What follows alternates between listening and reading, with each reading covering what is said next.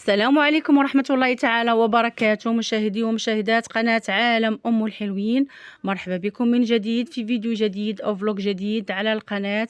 مرحبا بالناس القدام الأوفياء للقناة، ومرحبا بالناس جداد اللي عاد التحقوا بالقناة. مرحبا بالجميع إن شاء الله. وكيف ما وعدتكم غادي نشارك معكم كل مدينة أو كل منطقة وقفت فيها او زرتها، وحنا في مدينه وادلو. طبعا اليوم ان شاء الله غادي نسافروا جميع لواحد المدينه صغيره على البحر الابيض المتوسط، ولكنها جميله ومن ابرز واروع الوجهات السياحيه بشمال المغرب. هي تابعه لاقليم شفشاون وجهه طنجه تطوان الحسيمه. مالديف المغرب كيف تيسموها. كنت من كنظن انا بزاف عرفوها مدينة الجبهة. هي مدينة اللي كتواجد في طريق الحسيمة، بعيدة على سطيحات ب57 كيلومتر، على مدينة وادلو ب81، وعلى تطوان ب120 كيلومتر.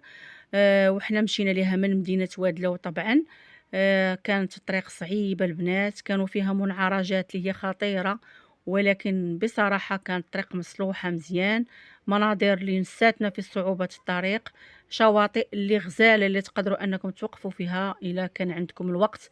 كاين شواطئ فحال شماعلة، فحال قاع سراس، فحال تيرغا، فحال السطيحات. يعني شواطئ اللي تستحق فعلا حتى هي أننا نزورها وأننا ندوزو فيها وقيت، لأن هاد الشواطئ كلها فيهم إمكانية المبيت والكراء.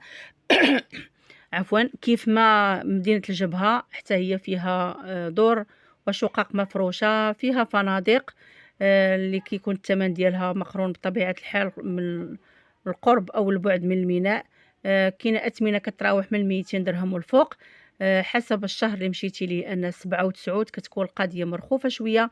شهر 8 طبعا تيكون الغلاء وتيكون ازدحام في كل المدن المغربية السياحية. كاينه امكانيه كيف قلت اننا نمشيو وندوزو غير نهار ونرجعو، ما فيها باس. هاد المدينه كتعرف توافد كبير ديال الاجانب وديال السياح المحليين. لهذا كنتمناو ان المسؤولين ياخذوا بعين الاعتبار هاد المساله ويزيدوا في النظافه ديالها، يزيدوا في اصلاحات، لانها يعني بصراحه محتاجه بزاف الحوايج. وهي مدينه اللي سياحيه رائعه، واجمل ما فيها هما الشواطئ ديالها الاربعه، اللي هي مرس الدار، مونيكا واحد، مونيكا جوج، والحواض. وهاد المدينة كانوا قبل كيسموها بيرتو كاباز، نسبة لأحد الجنرالات إسبان المؤسسين للميناء ديالها. هاد الميناء اللي هو صغير ولكن مكفي المنطقة من ناحية الأسماك. كاينة جودة، كاينة طراوة، وكاينة أثمنة بطبيعة الحال. لمحبي تناول السمك ما يجي غير لهاد المدينة ويشبع حوت. كيف قلت هي مدينة اللي غزالة، والدليل على أنها أصبحت وجهة مفضلة لملكنا الهمام محمد السادس حفظه الله ورعاه، حيث أصبح يقضي جزء من عطلته بهذه المدينة، وخاصة في شاطئ مرس الدار. هذه المدينة كتميز بنظافة ديال الشواطئ ديالها والجودة ديال المياه. شواطئ لان كاين جوج طرق باش غنمشيو ليها البنات. اما الطريق الاولى اللي غادي نمشيو على الاقدام ما بين الجبال، كاينه مناظر بانوراميه غزاله، ولكن كاينه الطريق، كاين يعني تعب، ماشي بحال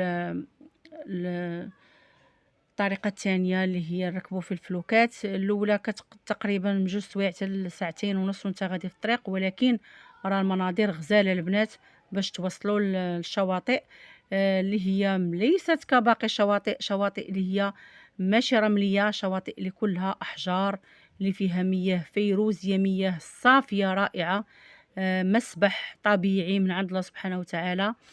كاينه الطريقه الثانيه وهي اننا نكريو هاد المراكب الصغرى. كاينه مراكب للصيد وكاينه مراكب مخصصه لهاد الجولات. اما هكا دير جوله في البحر وترجع 150 درهم للعائله، ولا تمشي مثلا للشاطئ وفي العشية تتعيط لصاحب المركب تيعاود يرجعك ب200 درهم حتى ل150 درهم على حساب مع من تلاقيتي. احنا هنايا مشينا لمرس الدار، بقينا فيه اللي هو اول شاطئ، لان درنا الجوله حتى الحواض كيف ما غتشوفوا في لا فيديو، ولكن كان البحر طالع شويه، و يعني نصحنا صاحب المركب باش اننا ما نغامروش، لهذا بقينا في الشاطئ الاول. وهما راه شواطئ غزاله كاملين، فيهم واحد المياه رائعه، وتدوزوا اجمل يوم في حياتكم. كاينه الهضبه اللي الفوق، لان هي اللي ممكن حتى هي كتطلع الفوق وكتشوف اجمل منظر ديال الغروب، وحتى كتشوف حتى المدينه كامله، ولو هي صغيره ولكن تيكون واحد المنظر رائع. هاد الشواطئ كيف قلت ماشي بحال الشواطئ الاخرى، لانها ماشي شواطئ رمليه، وفيها الماء رائع البنات، يعني كتعوموا بكل امان، وحتى المناظر واعره واعره بصراحه، يعني تستحق زياره.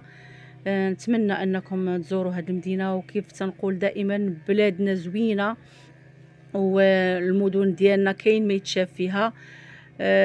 نتمنى انه يكون واحد التشجيع من الدوله لهذه السياحه الداخليه، باش الناس تزعم وتمشي وتكتشف جماليه المدن ديالنا وجماليه البلاد ديالنا. وحنا غاديين في المركب، بصراحه جوله اللي كانت غزاله، تقريبا حتى 20 دقيقه حنا من الميناء الصغير ديالها حتى وصلنا للشاطئ. وحنا احنا في المركب وكنستمتعوا بهذه المناظر، وانتم خوتي خواتاتي غادي تستمتعوا معايا بهذه المياه النقيه كيف كتشوفوا اللوين ديالها. مدينه اللي بصراحه خاصكم تزوروها ان شاء الله.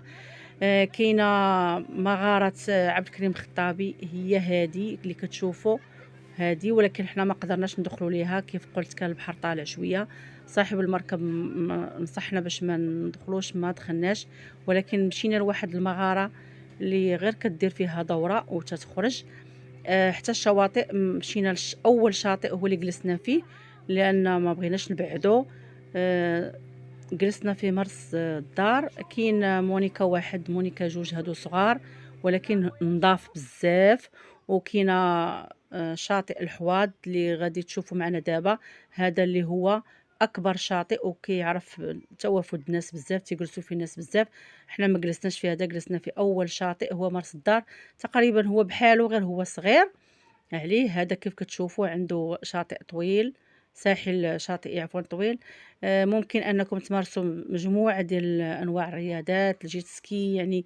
المهم اي حاجه بغيتو ديروها، لمحبي السباحه كتعوموا في واحد الماء اللي نظيف وميها اللي نقيه.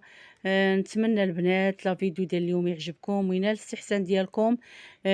وانتم كتفرجوا ما تنسوناش من واحد البصيمه وتعليق محفز بطبيعه الحال. الا عجبكم لا فيديو يعني علقوا كيف ما كتشوفوا لا فيديو، واللي ما مشتركش في القناه يشترك ويفعل الجرس باش يوصلوا كل جديد.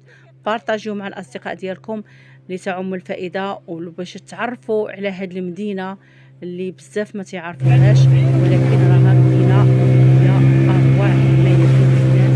غزاله غزاله غزاله. الى هنا تنقول لكم الى اللقاء، الى فيديو اخر ان شاء الله، الى فلوق اخر بقول الله.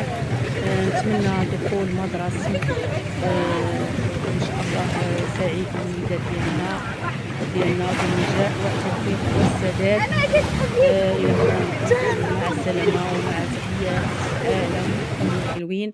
ما تمشوا فين، كملوا لا فيديو الاخير.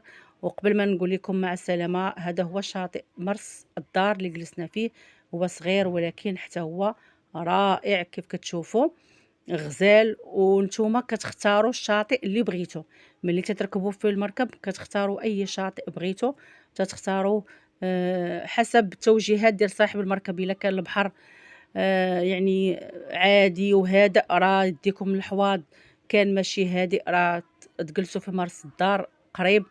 وكيف كتشوفوا ميها نقيه، كتشوفوا الاحجار من خلال الماء، هنا كتبان لكم النظافه والنقاوه ديال الماء. طولت عليكم ولكن خاصني نقول لكم هذه المعلومات. تقبلوا مروري. تقبلوا من هذا الفيديو، والى اللقاء مع السلامه. عفوا، ما تمشيو فين، كملوا لا فيديو، مازال فيه ما يتشاف.